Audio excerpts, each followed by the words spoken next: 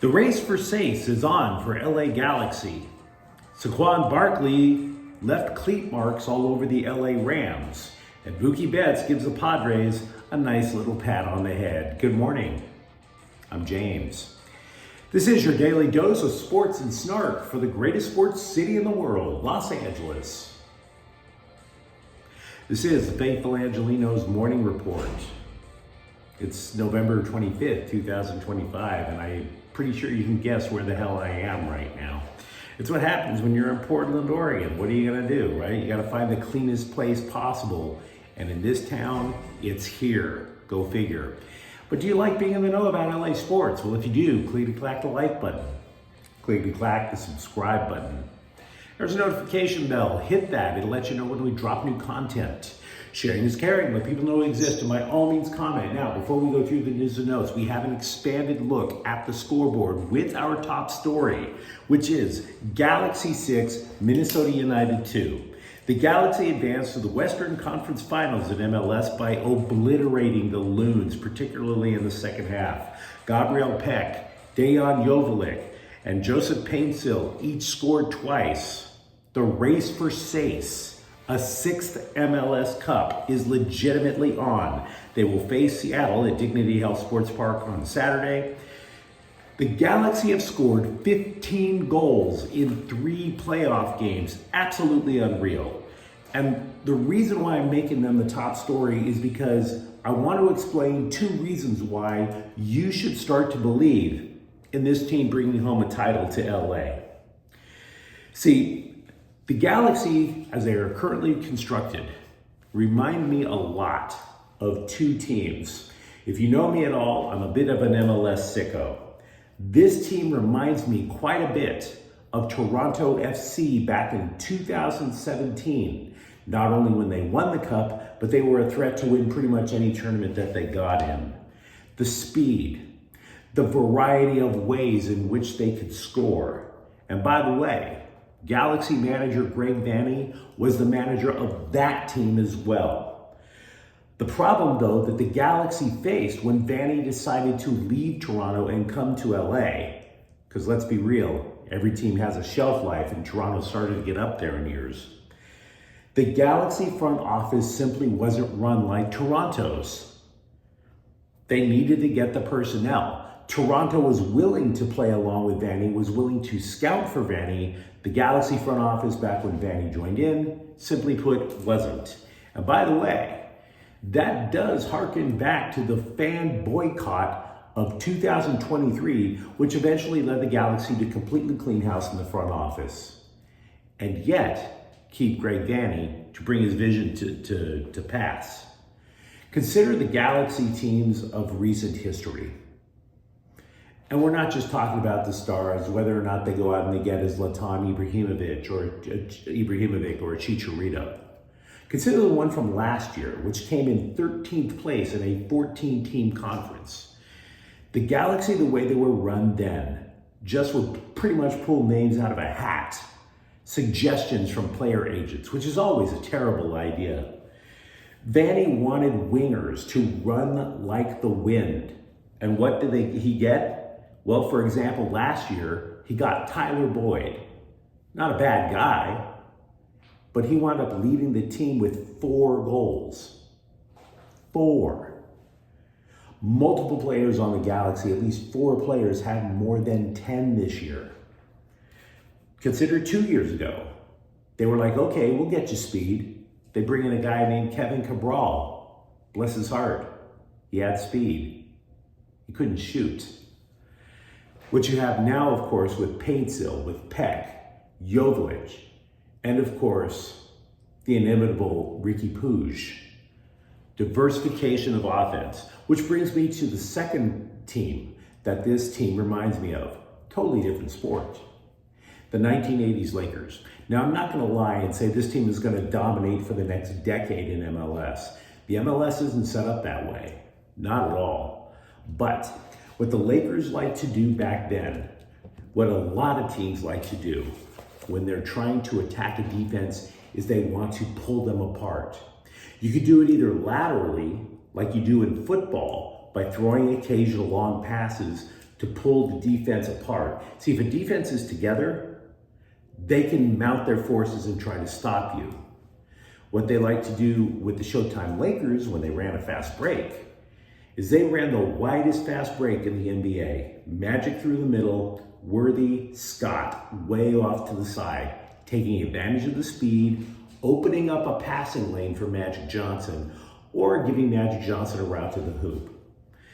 Very similarly, what you see is, which Boyd couldn't do, what Cabral could do with speed, but again, couldn't shoot. The Galaxy will take Paintsill on one side, Peck on the other, spread them as far on the pitch as possible, and Ricky Puig will have a passing lane. And the Galaxy are just off to the races, over and over again.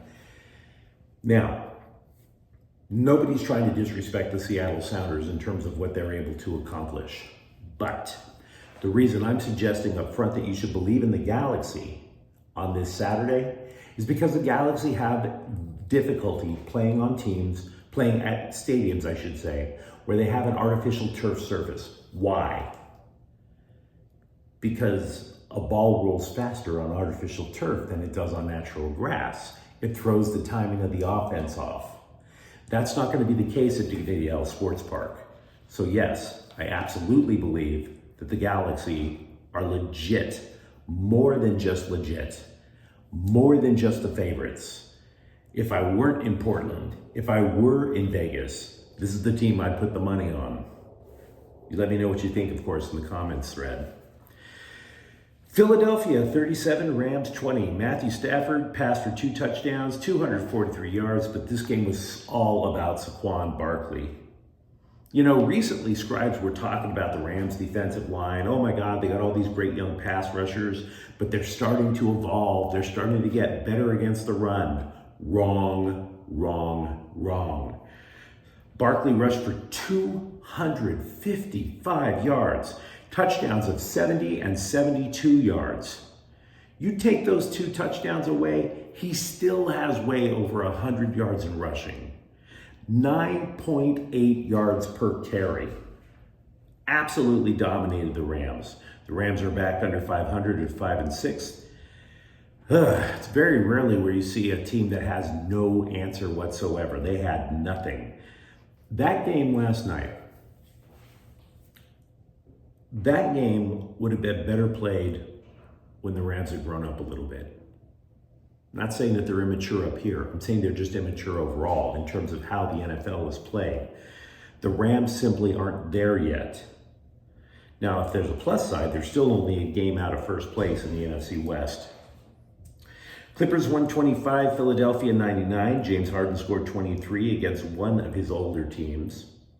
Grambling lost to USC. USC 80, Grambling 69. The Trojans are a very iffy 5-1.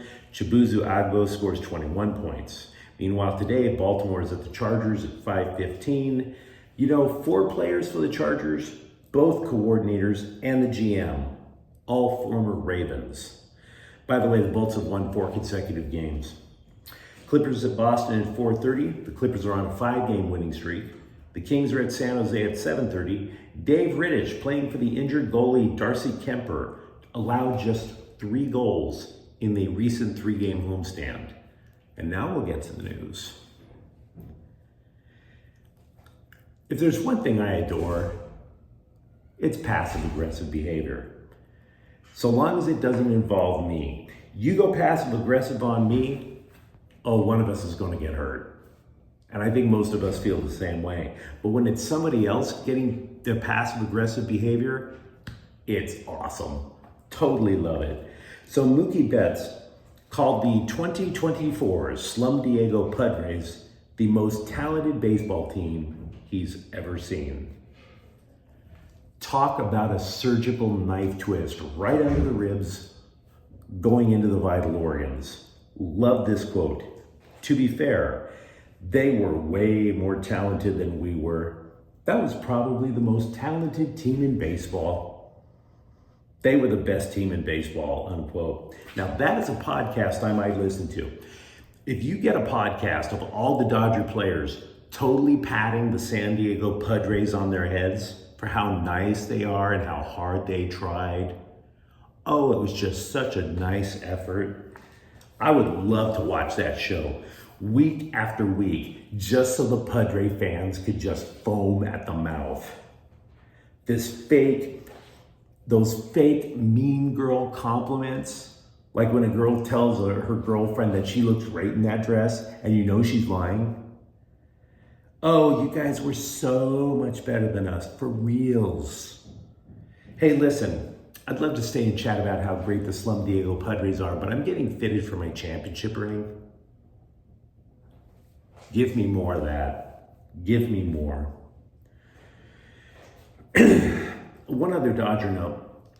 I want to draw a distinction between me and Captain Emo, Bill Plaschke of the LA Times. Plaschke's dumbass said that the Dodgers shouldn't go out and sign Juan Soto. Oh, he's too flamboyant. Oh, he wouldn't fit in. I'm saying Soto's not going to sign because he prefers living in New York. And by the way, the Dodgers also hate dealing with Soto's agent, Scott Boras.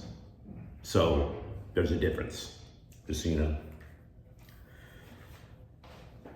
In the waning days of the Pac-12 conference, the chatter was that USC has to toughen up for the Big Ten. How is USC going to toughen up for the Big Ten with football? And it seems to me that the first answer the Trojans have come up with is, well, who kicked us around pretty good in the Pac-12? And the answer to that is Utah. The Trojans have flipped multiple recruits who originally committed to the Utes. And the most recent one is tight end Nila Tupou, a 3-star tight end from Folsom. Now, I don't know if Johnny Cash liked USC, but you bring me a kid from a prison town, yeah, you're toughening up. You're totally toughening up. Now, I believe the Trojans, who have been on the edge of a top 10 recruiting class for 2025, have 21 commitments lined up. Of course, as we all know, those 21 commitments don't become real until signing day in December. But you let me know what you think in the comments thread. How much do you buy in to the LA Galaxy getting a 6th title? Or for that matter, what about the Rams not having the horses in order to stop Saquon Barkley? And if you enjoyed the content, don't forget to subscribe to Faithful Angelenos. We talk LA sports every single day, even in the weirdest of places. Thank you for watching. I'm James. We'll be back tomorrow from a less disgusting place. Faithful Angelenos is a Kian Cortez Queso production. Take care.